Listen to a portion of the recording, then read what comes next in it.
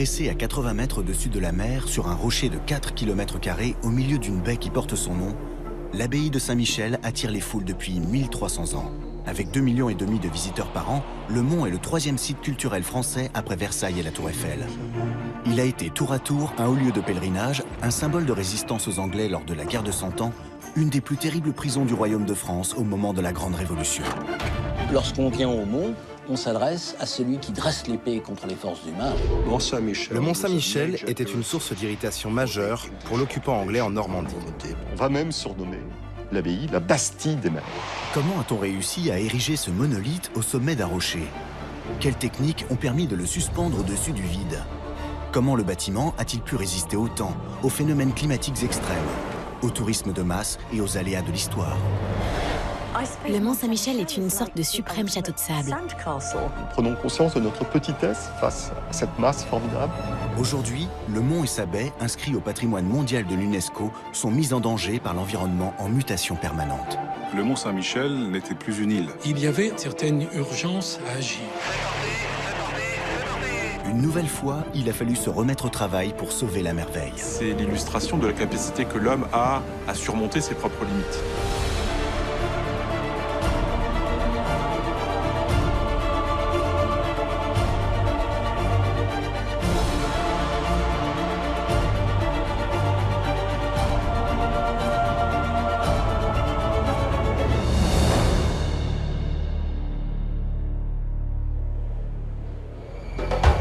L'abbaye de Saint-Michel a été fondée aux confins du monde chrétien.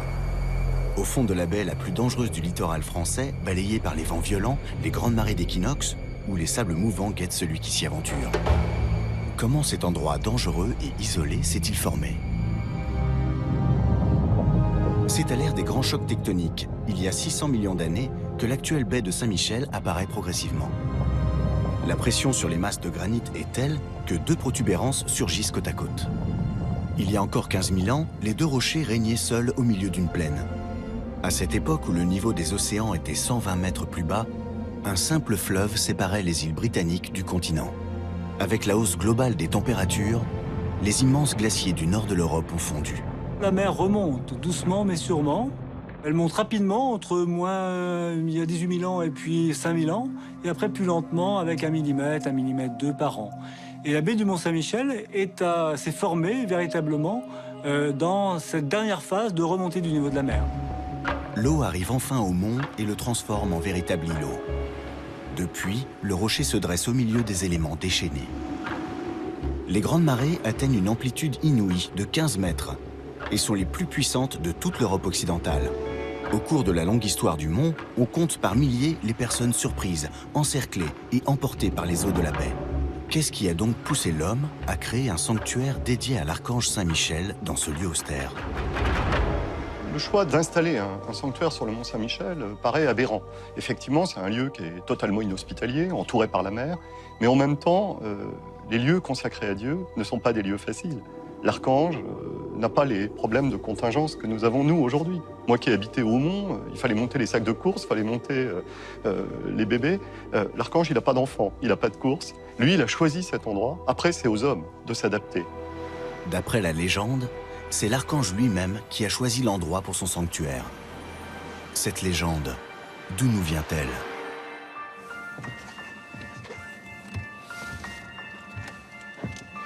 Cet ancien manuscrit du IXe siècle est le célèbre Révélatio, la première trace écrite sur les origines du Mont Saint-Michel. C'est ici que la légende prend sa source.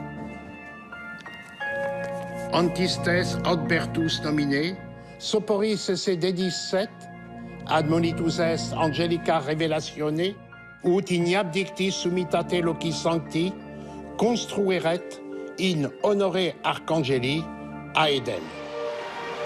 Nous sommes au début du 8e siècle de notre ère, l'âge sombre et mythique de l'Europe. Les nouveaux saints sont légion et les révélations miraculeuses fusent. Aux confins occidentaux du monde chrétien, l'évêque d'Avranches, Aubert, a une vision. L'archange Saint-Michel lui apparaît au cours d'un songe et l'incite à construire un sanctuaire en son honneur au sommet du mont Tombe. Pour appuyer sa demande, il pose l'index sur la tête d'Aubert. Contraint, l'évêque se résout à construire un modeste sanctuaire sur le rocher. Pendant des siècles, la preuve ultime de la véracité de cette légende était une relique attribuée à l'évêque Aubert. À 25 km du Mont Saint-Michel, à l'église Saint-Gervais d'Avranches, se trouve ce crâne qui comporte un orifice important. S'agit-il de la trace de l'index de Saint-Michel? Ce crâne a un vrai trou. Le rond était presque parfait. Les berges du trou avaient un aspect tout à fait particulier. Et tout ça nous a amené tout simplement à diagnostiquer une maladie qui s'appelle le kyste épidermoïde. La légende de l'origine divine du Mont Saint-Michel a finalement une explication très terre-à-terre.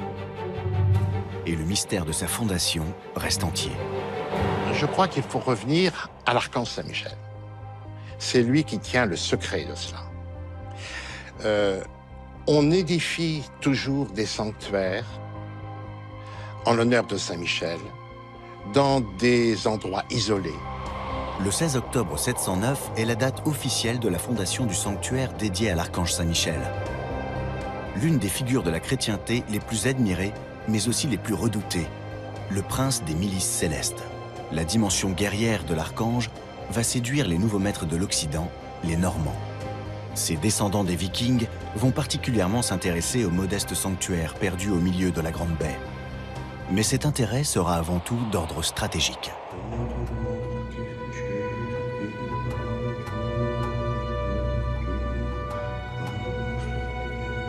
La plus ancienne construction existante sur le Mont Saint-Michel est Notre-Dame-sous-Terre, une église aux proportions modestes. C'est la première trace des Normands sur le mont. Elle sera recouverte par des constructions postérieures et se trouve aujourd'hui sous la terrasse ouest. Datée au carbone 14 de 970, elle est l'aboutissement d'une des plus fulgurantes conquêtes que l'Europe n'ait jamais connues. Dès le début du IXe siècle, les alentours du mont ont cessé d'être un lieu sûr. Des rumeurs inquiétantes circulent. Les hommes du Nord, les Vikings, sèment la panique dans toute l'Europe. En 841, Rouen est pillé.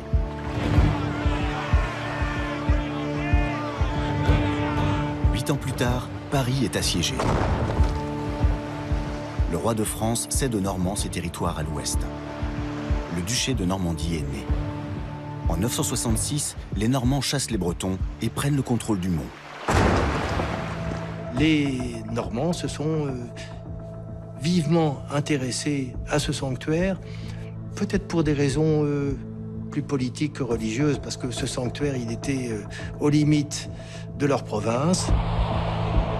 Les Normands veulent marquer les esprits par un geste symbolique. Ils sont là pour durer. Quoi de plus fort que de l'inscrire dans le granit du mont?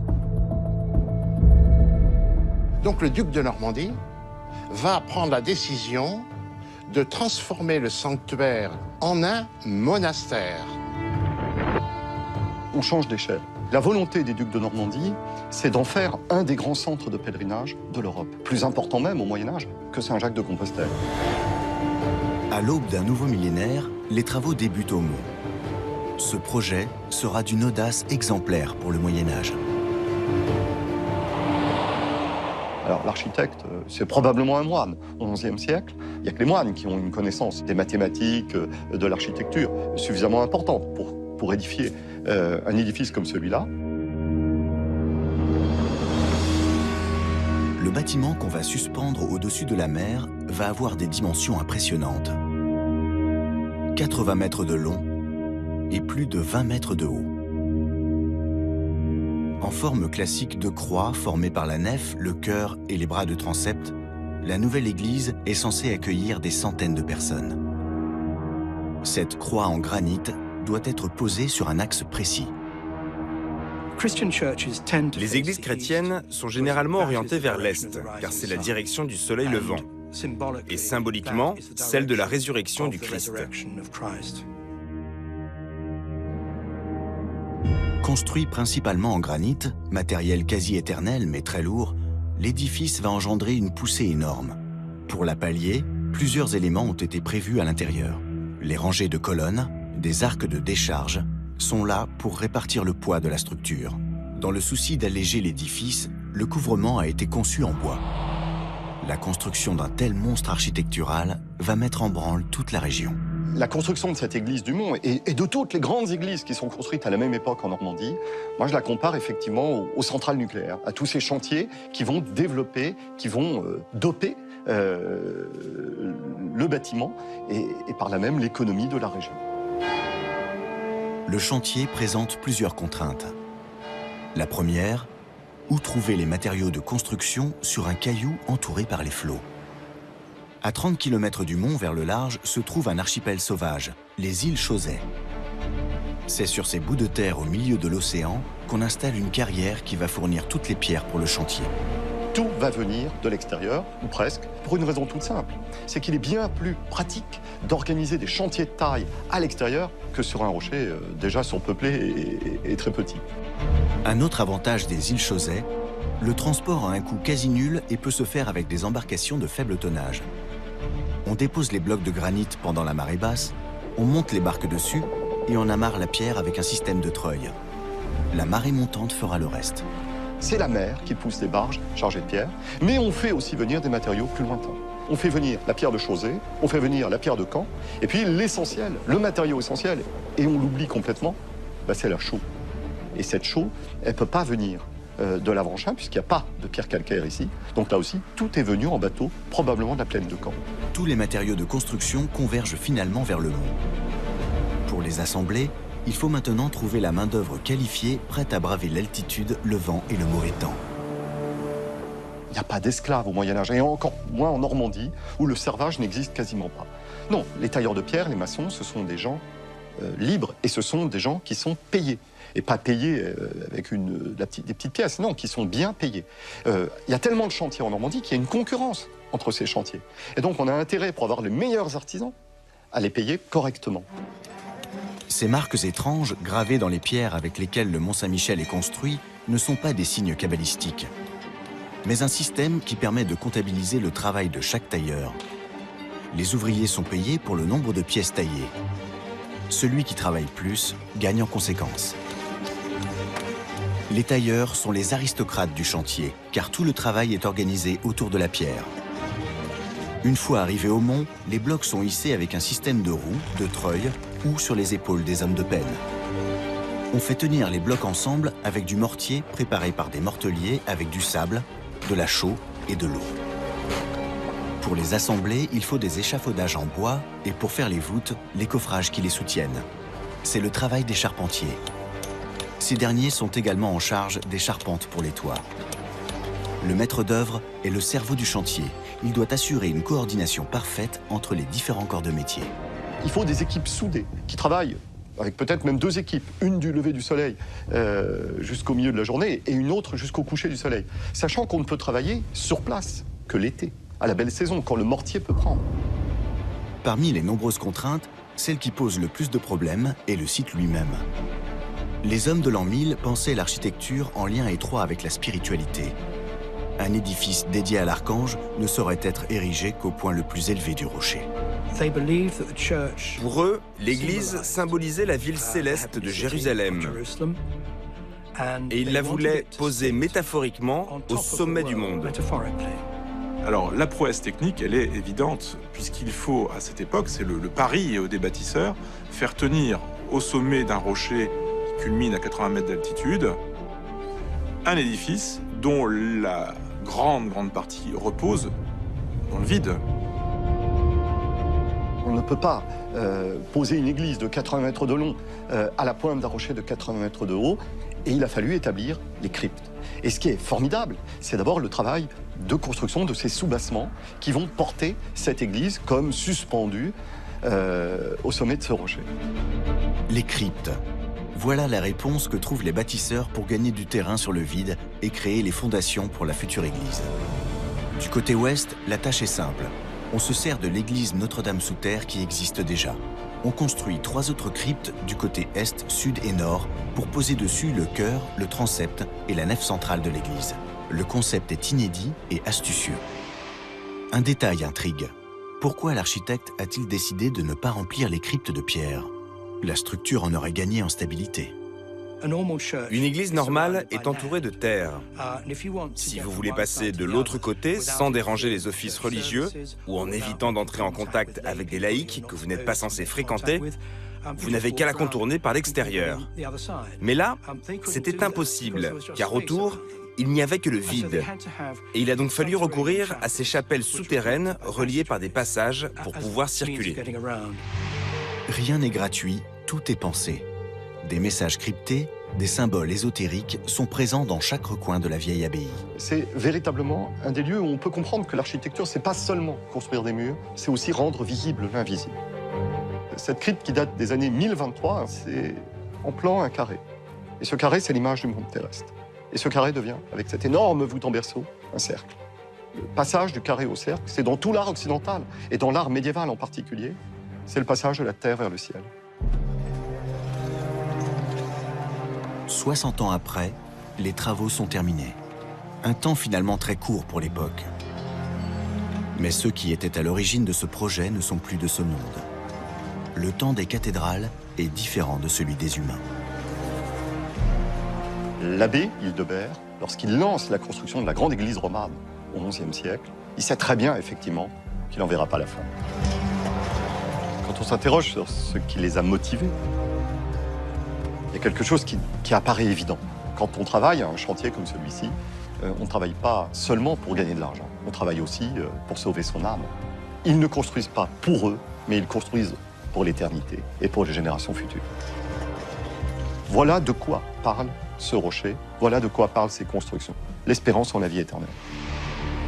Avec sa silhouette pyramidale posée aux confins du monde chrétien, le mont fascine, émerveille, attire. La popularité de la montagne sacrée est telle que la communauté monastique est souvent débordée par les foules de croyants. Le pèlerinage est à cette époque une activité extrêmement populaire. C'est un des rares loisirs accessibles à la fois aux seigneurs et au peuple. C'est une façon autorisée, en quelque sorte, de partir, et de partir quelquefois pour plusieurs semaines, voire plusieurs mois, avec la bénédiction de tout le monde. Prise d'une grande dévotion religieuse, l'Europe voyage. Elle voyage pour prier. La concurrence sur le marché spirituel est rude. 4 centres religieux se partagent ces centaines de milliers de fidèles en quête de l'absolu. Jérusalem, Rome, Saint-Jacques-de-Compostelle et son grand rival au nord, le Mont Saint-Michel. Le rocher a plusieurs atouts qui peuvent attirer les foules. Et le plus important est la figure de son saint patron, l'archange lui-même. C'est le principal adversaire du diable. Donc, c'est un personnage qui compte énormément dans l'imaginaire collectif. Pourquoi? Parce que tout le monde croit au diable et à sa dangerosité, ici-bas, ici et maintenant. Le monde est entouré de choses bizarres, inquiétantes, qu'on appelle les forces du mal, et l'archange Saint-Michel est véritablement un soutien et un auxiliaire efficace contre ces forces invisibles. Donc, lorsqu'on vient au mont, on s'adresse à celui qui dresse l'épée contre les forces du mal. Et là, c'est vraiment un combat invisible, mais néanmoins spirituel, prégnant, donc très important.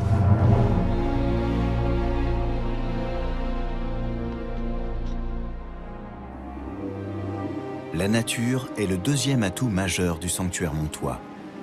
Aucun autre site religieux n'offre un tel spectacle aux yeux émerveillés du pèlerin. Imaginez le pèlerin qui vient d'Allemagne ou du centre de la France, qui n'a jamais vu la mer et qui se retrouve face à un sanctuaire vers lequel il souhaite se rendre et qui doit attendre que la mer s'écarte pour le laisser passer. On est dans l'épisode du franchissement de la mer Rouge par le peuple hébreu sous la conduite de Moïse. L'arme ultime dans le combat pour attirer le fidèle est le miracle, ce phénomène mystérieux qui joue un rôle énorme dans l'imaginaire collectif. C'est Dieu en action, c'est la sainteté effective. Ce n'est pas simplement un catéchisme, un cours de théologie, un peu rude, un peu sec, un peu éloigné des affaires. Là, on est en lien directement avec l'au-delà. Un des miracles extrêmement populaires est celui de la femme enceinte qui accouche sur la grève et se fait surprendre par la marée montante. On dit qu'elle est sauvée in extremis par l'intervention de la Vierge. Il y a des récits de miracles que l'on rédige.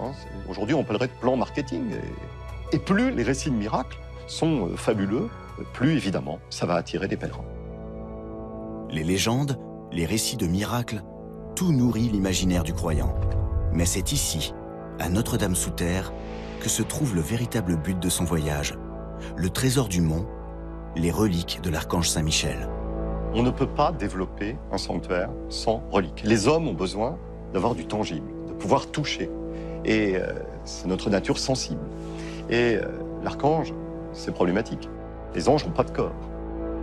Alors, on a récupéré un morceau de pierre avec l'empreinte du pas, un morceau de la cape de l'archange.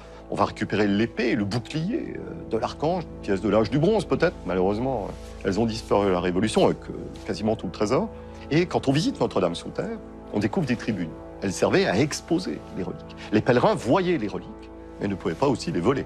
Car il ne faut pas oublier qu'il y a une concurrence entre les sanctuaires et que certains moines vont même aller voler les reliques des autres. Ça s'appelle du rapt de reliques. Le mont a tous les ingrédients pour attirer des milliers de pèlerins. Il s'y bouscule. Forte de ce succès populaire, l'abbaye doit s'agrandir. Au XIIIe siècle, on a une idée très précise de comment doit être organisé un monastère. Au milieu, c'est l'église. À côté, le cloître, qui est le lieu de méditation, le dortoir, le réfectoire où les moines se restaurent, la salle de chapitre pour tenir les conseils, le cellier pour stocker les provisions, le scriptorium où on travaille, la salle des hôtes et enfin une aumônerie qui sert à accueillir les pèlerins et les pauvres. Pour construire tout cela, le monastère a besoin de 15 000 mètres carrés supplémentaires, un espace énorme. Mais les constructeurs sont confrontés à un problème. La taille du rocher n'a pas changé. Bien sûr, au Mont Saint-Michel, c'est très difficile à faire. Alors ils montent cette extraordinaire structure superposée sur le flanc nord de l'église, parce que c'est le seul endroit où il y avait la place de le faire. Si on ne peut pas élargir, il faut empiler. Mais le sommet du rocher est déjà occupé. Il faut donc construire sur le côté nord, sur la pente extrême du mont. Ce devait être extrêmement difficile à réaliser. Et parfois, on se demande si l'architecte n'était pas expérimenté sur des châteaux forts, car cela relève plus de l'ingénierie castrale. Il y a tout un système de maçonnerie qui s'ancre dans le rocher, comme les fondations des immeubles modernes, hein, avec des murs qui se croisent pour donner de la stabilité à l'ensemble. Le coût du chantier est exorbitant. Même si le roi de France qui vient de récupérer la Normandie ne lésine pas sur les moyens, les fonds manquent. Bien sûr, cela a coûté très très cher. Les abbés y ont englouti une fortune. Nous savons qu'ils ont été accusés par leurs moines de dépenser bien trop sur ce projet, au point de les affamer. À un moment, les moines parlent de devoir aller vendre des reliques en ville pour avoir de quoi se nourrir, ce qui est très douteux. La privation a-t-elle été une bonne motivation pour finir le chantier dans un temps record? Seulement 18 ans après le début des travaux en 1228, la chrétienté stupéfaite découvre une construction inédite, un monastère en granit en forme de gratte-ciel. La silhouette de ce nouvel édifice est si légère et en même temps majestueuse qu'on le surnommera la merveille. La merveille est exposée plein nord, vers le large, ouverte aux vents violents qui sévissent dans la baie. C'est un système de contrefort intégré dans les murs qui donne toute la stabilité au bâtiment. Pour opposer au vent un maximum de résistance, le mur n'est pas constitué d'une cloison épaisse, mais d'une suite de contreforts intérieurs. C'est dans la salle supérieure, le réfectoire, qu'on voit tout le talent des bâtisseurs. Mettre la technique au service de la beauté. Ce qui nous frappe quand on arrive dans le réfectoire, c'est pas cet exploit technique, mais c'est évidemment cette lumière fabuleuse dans laquelle on baigne, cette lumière qui n'a ni début ni fin, cette séquence qui est tout à fait originale dans le paysage architectural du XIIIe siècle.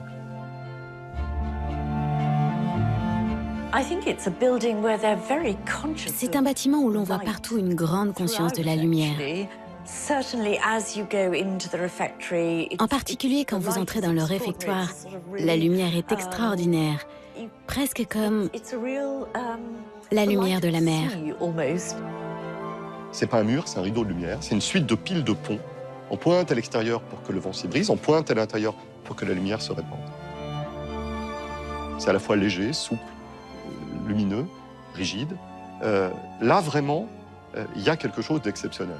Cette maîtrise technique et esthétique, c'est une réussite fabuleuse. C'est le génie de ces architectes.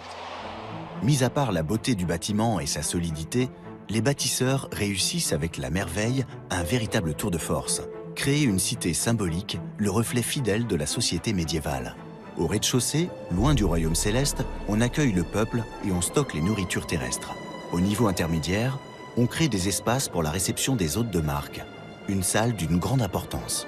Le Mont, on le voit, est visité par les ducs de Normandie, par les Plantagenets et leurs descendants, et puis il sera visité par les rois de France.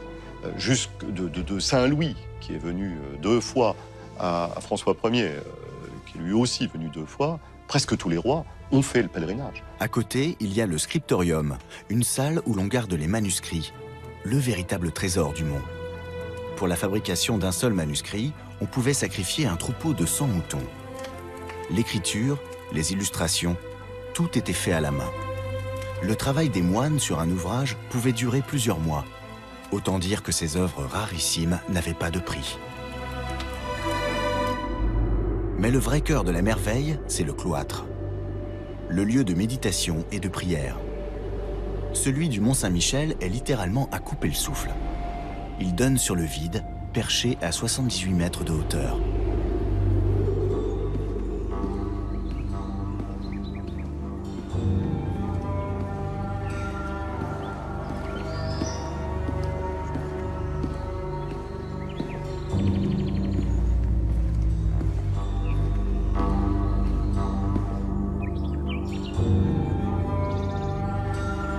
Un détail surprend.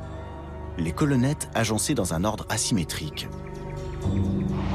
Esthétique, cet agencement poursuit avant tout le même but de stabilité de l'ensemble. Pour limiter la poussée due au vent sur chaque colonne, on réduit l'espace entre elles en jouant la symétrie. Au XIIIe, on montrait aux pèlerins ce cloître comme l'image du paradis sur la terre.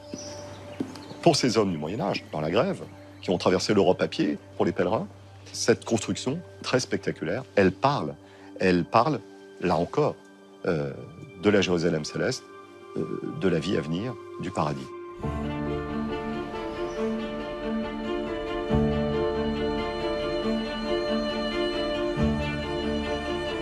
C'est ici que les 60 moines qui habitent le mont se retirent de l'agitation, car ça grouille de monde sur le rocher, jour et nuit. À cette époque, le monastère est le centre névralgique de la société. Un centre hospitalier, un resto du cœur, une maison de retraite. C'est un centre culturel où s'accumule le savoir, compilé dans des dizaines de manuscrits. C'est le centre de son univers, le cœur d'un microcosme. Et c'est en ce cœur que l'Empire montois va être frappé.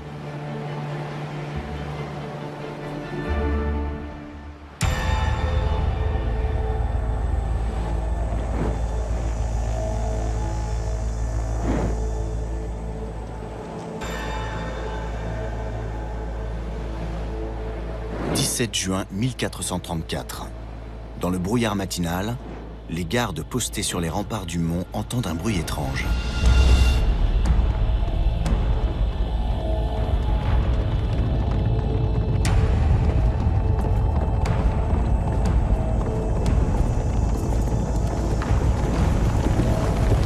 Le rocher se fait attaquer pour la première fois depuis plusieurs siècles.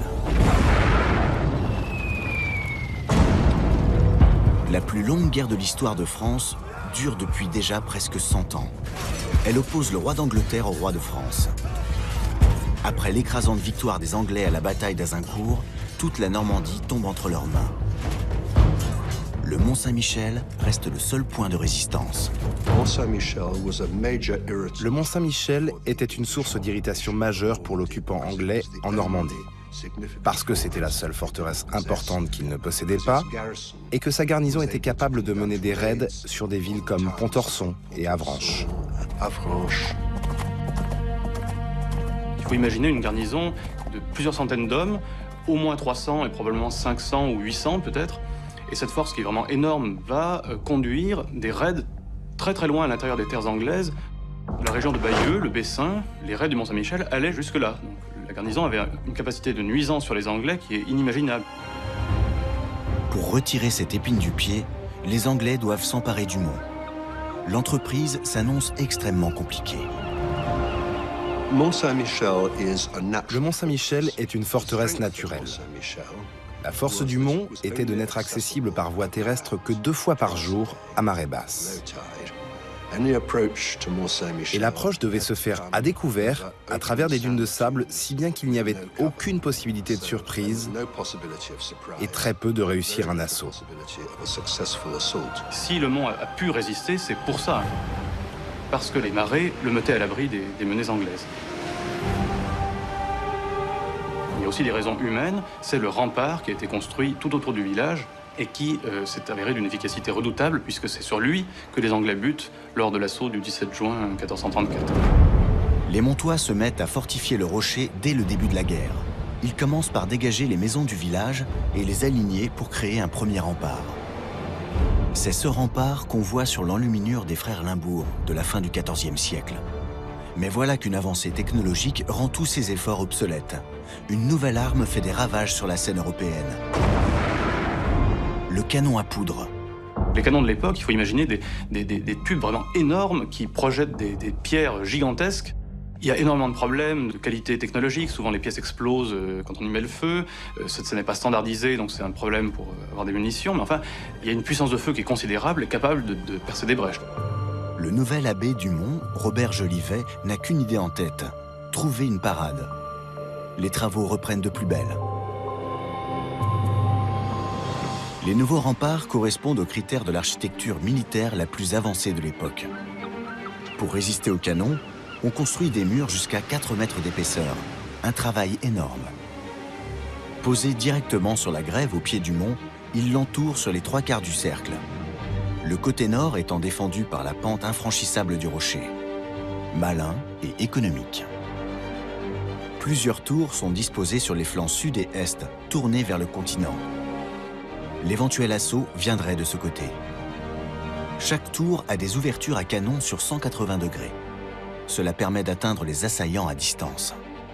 Si les attaquants parviennent jusqu'au pied des murs, ils se retrouveront sous une pluie de pierres via un système de machicoulis, les ouvertures en haut des remparts. Les Anglais se retrouvent donc devant une forteresse imprenable. Un assaut serait suicidaire. Les Anglais choisissent la seule tactique qui leur reste.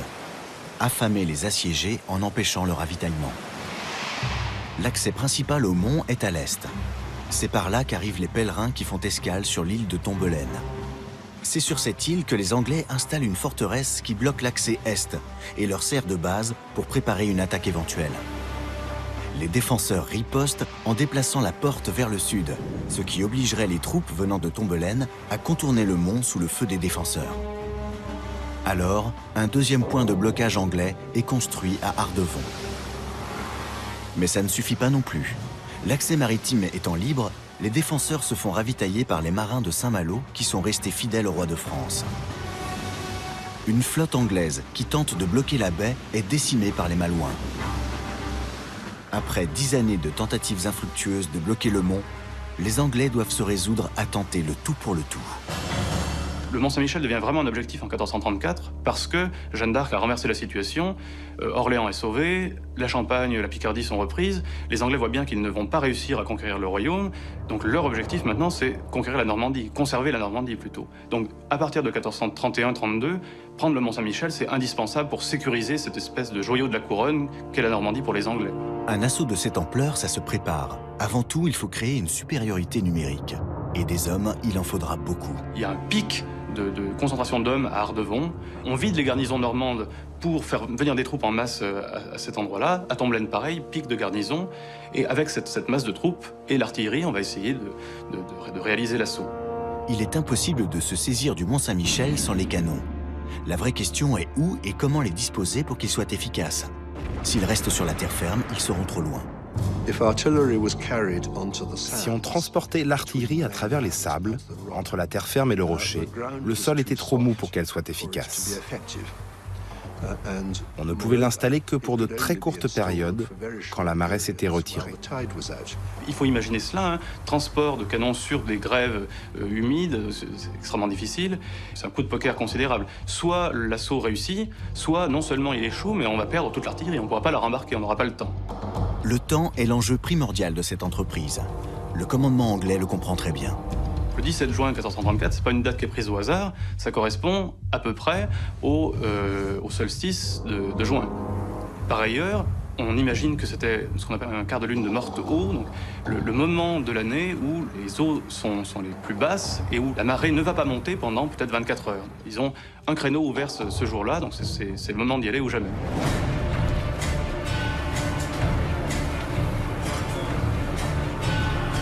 Tôt le matin, les assaillants se mettent en marche sur la grève. Ils sont 2 ou 3 000 contre quelques centaines d'assiégés. Ils ont des dizaines de canons. Et ils disposent d'une quinzaine d'heures avant que la mer ne remonte.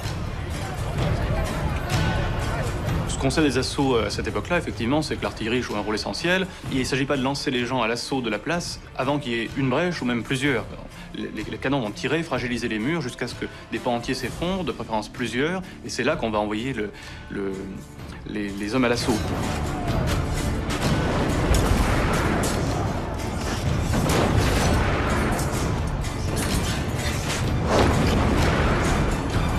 Après plusieurs heures de bombardement, une brèche s'ouvre enfin. Le commandant anglais préfère attaquer de suite. Il a sans doute peur de se faire surprendre par les flots. La brèche étant insuffisante, la précipitation va coûter cher aux Anglais. On n'en a aucune trace dans les sources, mais il y a deux hypothèses. Ou bien les gens de la garnison du Mont sont sortis et les Anglais se sont enfuis derrière eux, ou alors la marée montait et ils se sont rendus compte qu'il fallait de manière urgente repartir. C'est vraiment un pari que Lord Skall a pris, et un pari très très risqué qu'il a malheureusement pour lui perdu. L'assaut anglais est un désastre. Des milliers d'hommes restent sur la grève. Les quelques rescapés fuient en abandonnant les canons. Une de ces armes redoutables est toujours exposée à l'entrée du mont. Le malheur des uns fait bien le bonheur des autres. La résistance de 33 ans couronnée de succès porte le prestige de Saint-Michel et de son sanctuaire au zénith. Sur l'étendard même du roi de France, on peut lire ce slogan : Saint-Michel est mon seul défenseur.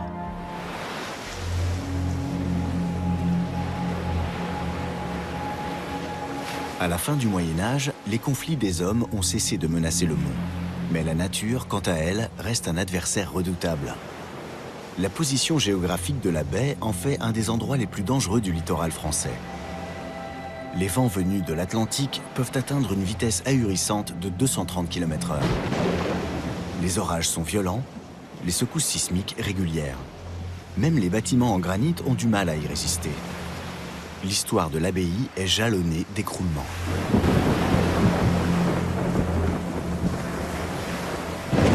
En 1421, en pleine guerre de 100 ans, le cœur roman de l'église s'écroule.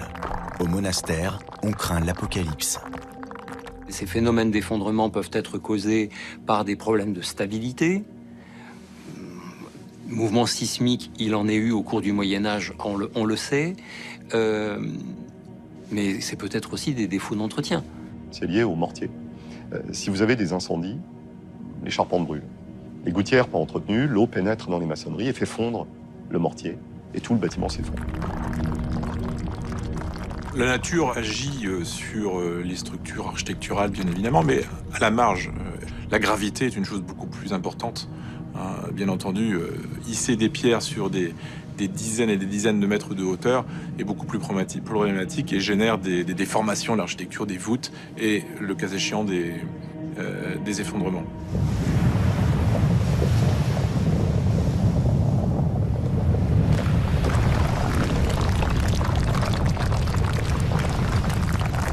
Paradoxalement, l'effondrement du chœur roman tombe à pic. Depuis 200 ans, toute l'Europe se couvre de cathédrales gothiques. À côté, l'église du Mont a l'air vieillotte. L'écroulement présente donc une belle occasion de construire quelque chose de nouveau. Le chœur gothique qui voit le jour n'a rien à voir avec son prédécesseur. Les nouvelles techniques permettent d'alléger au maximum les murs pour faire rentrer une quantité de lumière inouïe. Tout est fait pour impressionner le fidèle, qui aurait désormais la sensation de baigner dans la clarté divine.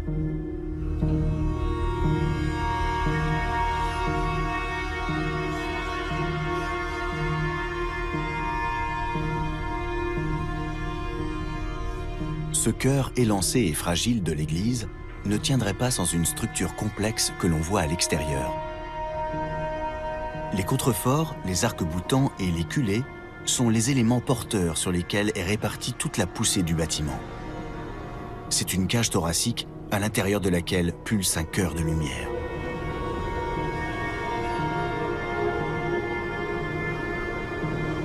La construction de ce chœur gothique sera le dernier grand chantier avant longtemps. Peu à peu, l'abbaye va tomber dans l'oubli. Les temps ont changé, la façon de croire aussi. On est en plein XVIIIe siècle, celui des Lumières. Le rocher entre ainsi dans sa période la plus noire.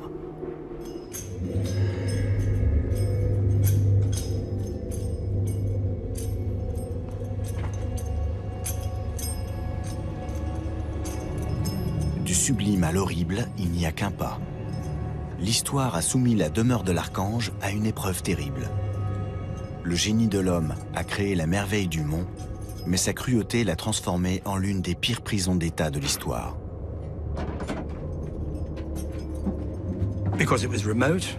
Parce qu'il était loin de tout, fortifié, dedans c'était horrible. Plein de cachots sombres, humides et glaciales, des passages étroits, un endroit effroyable où être emprisonné. Tout commence au XVe siècle, lorsque Louis XI apporte au mont sa célèbre cage de fer surnommée Fillette, dans laquelle il enferme ses ennemis politiques. Les détenus sont encore peu nombreux, et les moines sont payés pour être geôliers et prennent leur nouveau rôle très à cœur.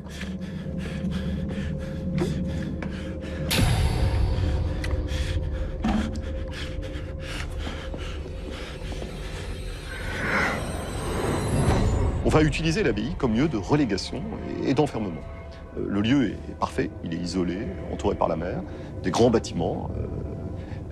Et Louis XIV, Louis XV, Louis XVI vont l'utiliser. On va même surnommer l'abbaye la Bastille des mers. C'est au moment de la Grande Révolution que le destin du mont change radicalement. En août 1792, les révolutionnaires déclarent que tous les prêtres refusant de prêter serment à la nouvelle constitution sont passibles d'une peine d'emprisonnement. On les appellera les prêtres réfractaires. Ils seront les premiers à être envoyés au Mont Libre, comme on surnomme désormais le rocher. Les prêtres réfractaires sont menacés et parfois enjôlés, emprisonnés au Mont. Donc c'est un renversement de situation tout à fait intéressant. Pendant des siècles et des siècles, les moines régnaient en quelque sorte sur le lieu. Cette fois-ci, certains vont se retrouver évidemment emprisonnés et je dois dire emprisonnés assez rapidement. Hein. La révolution ne traîne pas de ce côté-là. D'abord les membres du clergé, puis les prisonniers du droit commun, rejoints rapidement par les quelques prisonniers politiques. Pendant les 70 ans à venir, ils seront 14 000 à s'entasser sur le rocher. Et là, on change d'échelle. C'est-à-dire que c'est pas 2-3 prisonniers, là, c'est des centaines. Et il y avait aussi les enfants. Car on a peine à l'imaginer, mais en 1830, il y a presque 1 millier de prisonniers. Il y a des femmes, il y a des enfants qui sont enfermés dans des conditions qu'on a peine à imaginer. Une des plus grandes prisons du royaume, le Mont Libre, devient également une des plus importantes usines carcérales. Napoléon, lorsqu'il organise des maisons centrales, au début du 19e siècle, veut que ces prisons ne coûtent rien à l'État. Et donc on va faire des prisons semi-privées. C'est-à-dire qu'il y a un directeur, un personnel administratif de l'administration, et il y a un entrepreneur. L'entrepreneur, c'est un personnage qui prend à ferme la prison, c'est-à-dire qu'il paye la nourriture, les vêtements, il fournit tout ce qui est nécessaire à la vie, mais il se paye sur la bête. Savoir que lui va récupérer l'argent du travail des prisonniers. Un tourisme lugubre se met progressivement en place. Des centaines de visiteurs viennent au Mont Libre pour voir leurs proches emprisonnés. On a des voyageurs qui viennent parfois d'assez loin pour visiter le monastère. Et il faut imaginer que les gardiens de la prison sont à la fois, certes, les geôliers des détenus, mais aussi les premiers guides, les premiers conférenciers. Et on sait même que certains détenus commencent à fabriquer les premiers souvenirs. L'économie montoise continue à prospérer sous tous les régimes. Mais la structure subit des modifications qui font froid dans le dos. L'objectif des autorités pénitentiaires, faire entrer dans une structure prévue pour 60 moines, des centaines de détenus en plus des ateliers. Normalement, dans l'idéal, il y a un prisonnier par cellule. Le prisonnier doit être isolé. Mais en fait, à l'époque, ils sont en dortoir commun, avec 300 lits. Et ils sont ensemble dans les ateliers, à travailler du soir au matin. L'ingéniosité des geôliers n'a pas de limite. On cloisonne tout, on casse les volumes. On commence par couper la nef de l'église abbatiale en 3 niveaux, avec en bas un réfectoire pour les prisonniers, un dortoir au niveau intermédiaire et un atelier de tissage sous les toits. Il en sera de même pour les salles de la merveille. La salle des hôtes, où les moines accueillaient autrefois des rois de France, devient un dortoir pour les 50 soldats de garnison. Nourrir tout ce monde au quotidien n'est pas une chose facile. Une rampe est construite pour monter les provisions qui arrivent du continent. Sur ce viaduc, un chariot est tiré par une grande roue actionnée à la force des pas des prisonniers. Dans cet univers cauchemardesque, la situation sanitaire se dégrade rapidement. Donc, on le voit, il y a une mortalité importante, parce que la promiscuité, parce que les bâtiments, il n'y a plus de carreaux, on le voit sur les gravures de l'époque, c'est à la fois humide et délabré, les conditions de vie sont épouvantables. Très tôt, les intellectuels indignés réclament la suppression de la prison montoise. Un crapaud dans un reliquaire, écrit Victor Hugo après sa visite sur l'île. Mais si en 1863, Napoléon III décide de fermer la Bastille des Mers, c'est avant tout pour une raison pratique. Au milieu du 19e siècle, l'un des 3 fleuves côtiers de la baie, la Sélune, se rapproche du mont en coupant l'accès depuis la ville la plus proche. Le ravitaillement de la prison devient très problématique. Une fois de plus, la nature change le destin de son rocher. Alors, tous les guides de l'abbaye expliquent que cette prison, elle a eu un mérite. Elle a sauvé l'abbaye de la destruction. Parce qu'elle servait de prison, l'abbaye n'a pas servi de carrière de pierre et a été un minimum entretenue. À la fin de cette période sombre, la situation est désolante. Vidé de ses détenus et geôliers, le mont n'est plus qu'un fantôme. Personne ne peut alors prévoir que quelques années plus tard, le rocher va accueillir 25 000 visiteurs venus admirer la célèbre statue dorée de Saint-Michel. Que s'est-il donc passé? Un facteur contribue largement au sauvetage du caillou. La restauration historique de l'abbaye, un concept tout nouveau. Le rocher est véritablement sauvé en 1874, lorsqu'il est mis sous la protection du service des monuments historiques. La Troisième République décide de mener une grande campagne de restauration du patrimoine national. La silhouette de l'abbaye qu'on connaît aujourd'hui est le fruit des efforts d'une dynastie d'architectes du XIXe siècle. L'architecte Victor Petitgrand va donner au Mont-Saint-Michel sa silhouette élancée. L'auteur de la célèbre flèche néogothique, c'est lui. Pour parvenir à percher la flèche au sommet de l'abbaye, Petitgrand a été obligé de démonter entièrement la tour romane de la croisée du transept pour la renforcer. Le 6 août 1897, on y rajoute la statue de l'archange Saint-Michel, terrassant le dragon de l'Apocalypse. Réalisée en plaques de cuivre soudées, elle mesure 3,5 mètres et a coûté 6 000 francs, l'équivalent de 15 000 €. L'installation de la statue a permis d'écarter l'un des plus terribles dangers montois, la foudre qui avait gravement incendié l'abbaye à 12 reprises. Des paratonnerres ont été fixés aux extrémités des ailes et de l'épée de Saint-Michel. Depuis, l'archange protège son abbaye dans le vrai sens du terme. Mais dans son combat contre la foudre, il perd des plumes. C'est une œuvre qui est sur une structure de fer, constituée de plaques de cuivre repoussées. Donc on sait très bien que la coexistence de différents types de matériaux peut, dans le cadre d'un choc électrique tel que la foudre, nous entraîner vers des percements, des dislocations, des fusions. Lorsque la restauration de 87 a été engagée, la main de l'archange qui tient le glaive dressé au-dessus de sa tête, eh bien cette main était brisée à hauteur du poignet et le glaive complètement couché. L'homme doit désormais prendre soin de son protecteur. À plusieurs reprises, on doit enlever la statue de son socle pour procéder à sa restauration. C'est aujourd'hui l'unique occasion pour l'archange de déployer ses ailes. La dernière opération de ce type s'est déroulée en mars 2016.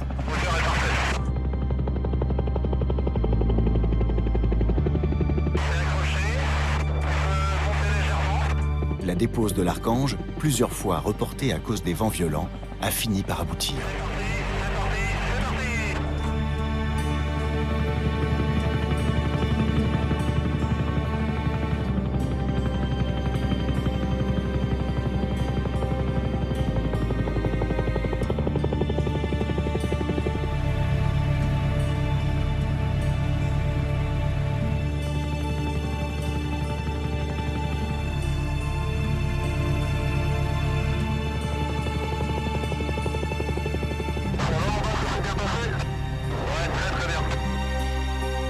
cours des 2 mois qui allaient suivre, la statue allait être nettoyée, ressoudée et redorée dans des ateliers du sud de la France.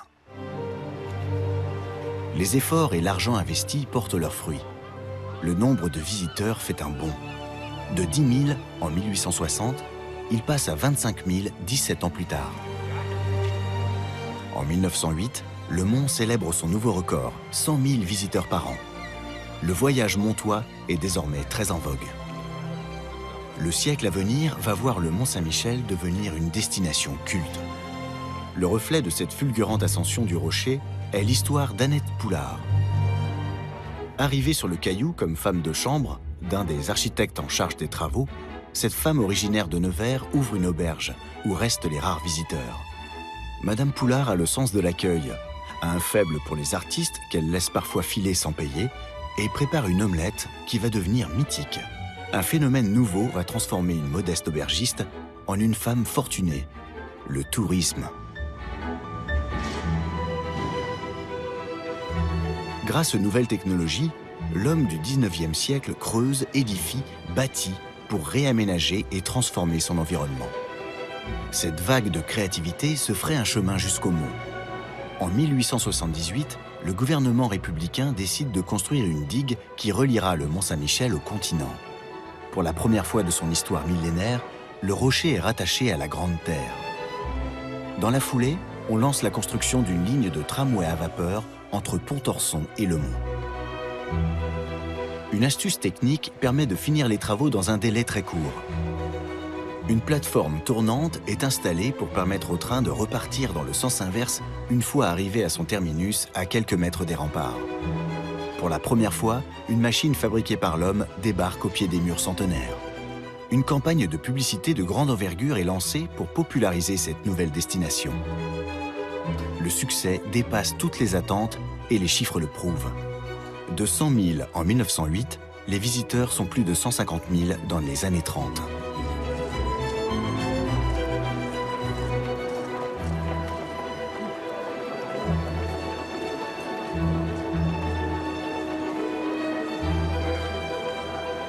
Les monarques, les présidents, les stars de cinéma se pressent au Mont. Le passage obligé est l'auberge de la mère Poulard. L'authenticité de son accueil va de pair avec l'austérité du monastère. On raconte qu'un jour, Léopold II, roi des Belges, a demandé de prendre son déjeuner dans la rue. Refusé. Comme tout le monde, le monarque doit prendre son repas dans la salle à manger. La mère Poulard a du caractère. La véritable explosion touristique se produit à partir des années 60. Les congés payés, les véhicules particuliers et le boom économique créent des tsunamis de touristes qui s'emparent du Mont Saint-Michel jour et nuit. Ils sont aujourd'hui 2,5 millions, ce qui fait du Mont Saint-Michel le 3e monument culturel français le plus visité.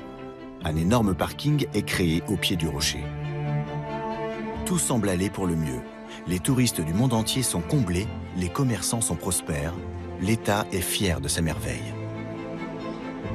La Maison Poulard est désormais un groupe qui possède la moitié des hôtels et restaurants du Mont. La mythique omelette attire toujours les foules. C'est alors que les voix discordantes se font entendre. D'après elle, le Mont court à sa perte. On s'est aperçu qu'on avait 2 soucis.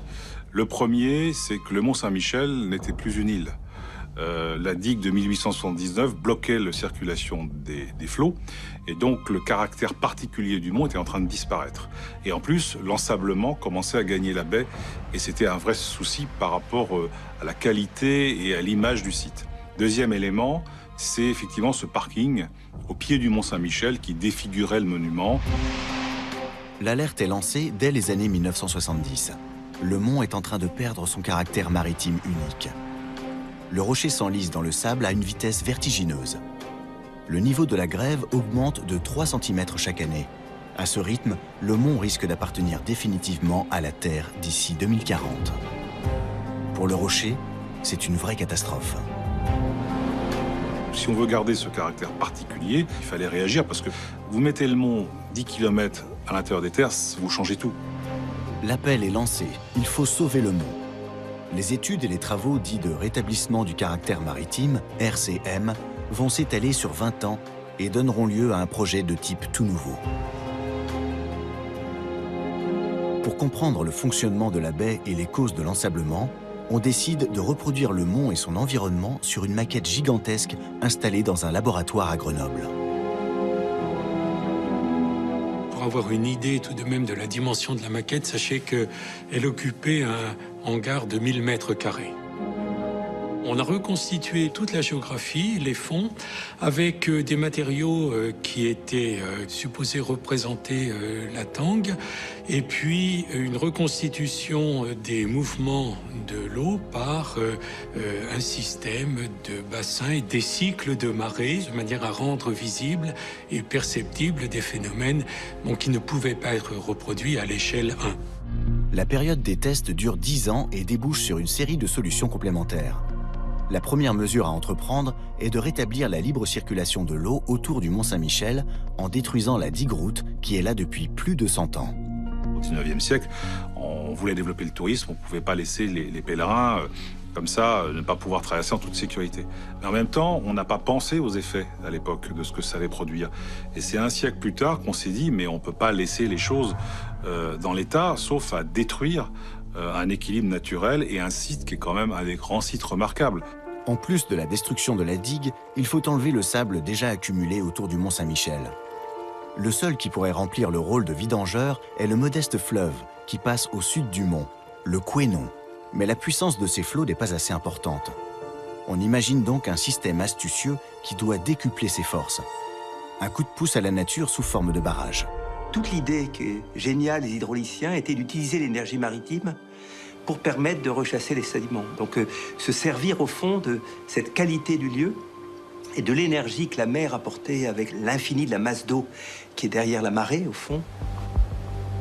À la marée montante, les vannes du barrage s'ouvrent pour laisser passer l'eau de mer.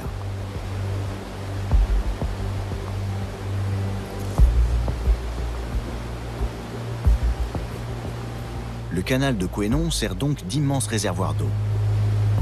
Ensuite, les vannes se ferment en laissant la marée repartir.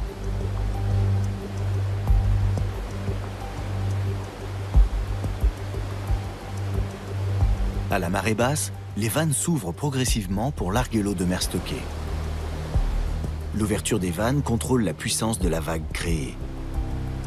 C'est elle qui emporte les éléments vers le large. L'opération se répète 2 fois par jour au rythme naturel des marées. Je vois toujours cet ouvrage d'art comme une sorte d'horloge astronomique qui donc se déclenche au moment où les marées arrivent, en fonction des marées, donc en fonction du mouvement des astres, de la Lune et du Soleil.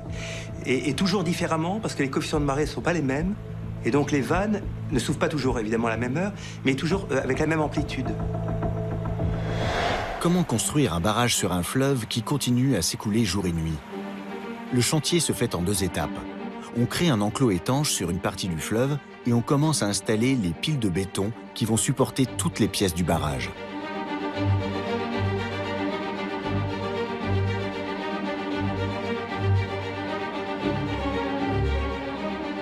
On construit ensuite la moitié du barrage et on recommence de l'autre côté. Un travail d'une grande précision. Chaque pile a été coulée d'un seul tenant. On continue avec des camions toupies qui venaient de façon continue. C'était un moment absolument incroyable. Donc on crée le coffrage et on a coulé comme ça. Il ne fallait pas arrêter le coulage, sinon on avait un problème évidemment. Donc par tous les temps, il fallait assumer, je crois que c'était 10 heures de coulage. On continue, donc les compagnons restaient 15 heures sur le chantier, se terminaient la nuit. Ces éléments qui sont à l'intérieur des piles ont une tolérance de 2 mm de pause. Quand on coule du béton, la tolérance, c'est de l'ordre du centimètre, pas 2 mm. Là, on est dans une exigence absolument incroyable. Une fois coulées, les piles vont accueillir les nombreuses pièces qui viennent de tous les coins de l'Europe. C'est vraiment une œuvre collective, un chantier comme ça. C'est une aventure humaine qu'on partage avec des compétences extrêmement différentes et qui est d'une richesse absolue au niveau humain. Mais la baie de Saint-Michel réserve de nombreuses surprises à ceux qui s'y aventurent. Pas toujours agréables. Les vérins ont été fabriqués en Hollande, ont été livrés, on a mis en place les vérins et ça s'est mis à dysfonctionner. Il y a eu des rayures qui sont apparues, c'est bloqué complètement. Personne n'a compris pourquoi, ça s'est jamais passé. Et ça a mis un certain temps, des experts sont venus et en fait c'est le vent de sable de la baie, qui est un vent chargé d'un sable extrêmement fin, cette fameuse tangue qui englue le mont Saint-Michel, faisait que sur l'huile des vérins, le corps des vérins, cette poussière de sable adhérait de façon presque invisible et rendait la chose abrasive et ne permettait plus de fonctionner. Il a fallu changer la qualité de l'huile pour trouver une huile qui soit compatible avec cette terre-là. Donc qui aurait pensé ça sur les plans ? La deuxième partie de l'opération RCM consistait à détruire la route digue qui bloquait depuis 100 ans la circulation de l'eau autour du mont et à construire un nouvel ouvrage d'accès qui devait répondre à plusieurs critères. Le premier était de faire à nouveau circuler l'eau tout autour du mont.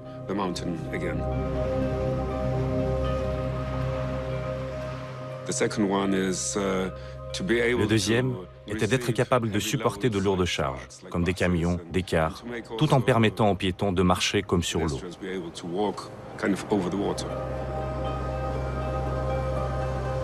Et le troisième aspect, peut-être le plus important, était de trouver un design, un dessin, en harmonie avec le paysage. Je crois que c'était là le plus grand défi. J'ai essayé de construire une passerelle toute simple au fil de l'eau, aussi légère et fine que possible. Au début, ça paraissait une idée folle. Au lieu d'avoir quelques grosses piles laissant passer les eaux, j'ai proposé de multiplier les piliers et de les rendre aussi fins que possible, ce qui permettait de laisser passer l'eau, mais aussi d'installer un tablier extrêmement fin.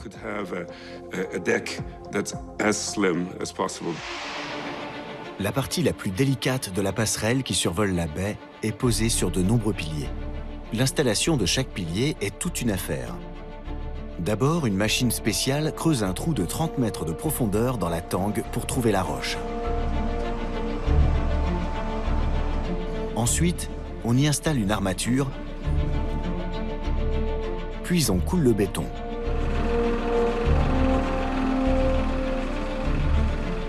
Enfin, un pilier en acier vient se poser dans cette colonne en béton. Un des supports de la passerelle est prêt.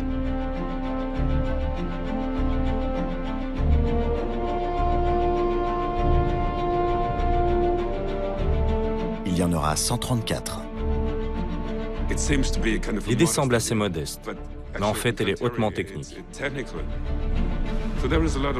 Il y a d'abord toute une logistique attachée au projet. En plus, c'est un lieu très touristique. Alors, il y avait toujours du monde, des curieux. Et ensuite la mer. Chaque opération posait un problème. On construisait une voie d'accès, mais il devait aussi résister aux marées.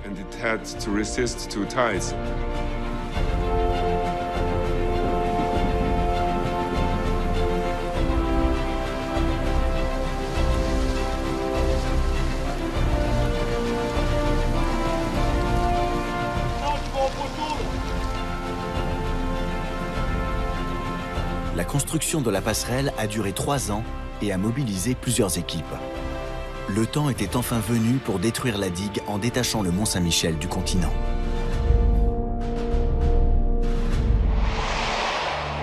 Après 10 ans, les travaux sont officiellement terminés en octobre 2015. La passerelle et le barrage sont aujourd'hui parfaitement intégrés dans le paysage montois. Leur efficacité semble à la hauteur des espoirs. 40 hectares de sédiments ont déjà été emportés vers le large. On espère que les mesures entreprises permettront d'abaisser le fond marin autour du mont Saint-Michel de 70 cm d'ici 2045.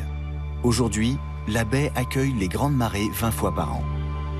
Pour la première fois depuis plus d'un siècle, le mont Saint-Michel a retrouvé toute sa puissance naturelle au milieu des éléments.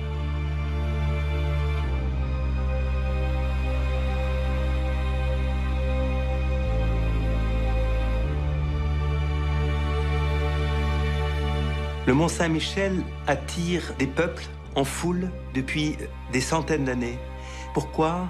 Je pense qu'il est quelque part le symbole rassurant peut-être d'une stabilité dans l'instabilité du monde actuel. Depuis 13 siècles, le mont Saint-Michel garde un équilibre fragile entre la terre et la mer.